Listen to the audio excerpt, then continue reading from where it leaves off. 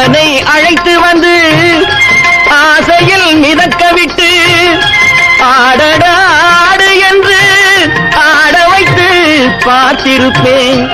படுவான் துடித்திடுவான் பட்டதே போதும் என்பான்.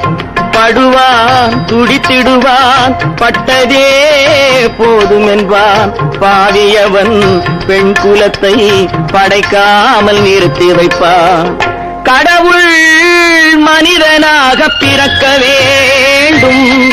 அவன் காதலித்து வேதனையில் வாட வேண்டும். பிரிவென்னும் கடலினிலே மூழ்க வேண்டும். அவன் பெண்ணென்றால் என்னவென்று உணர வேண்டும். கடவுள் மனிதனாக பிறக்க வேண்டும்.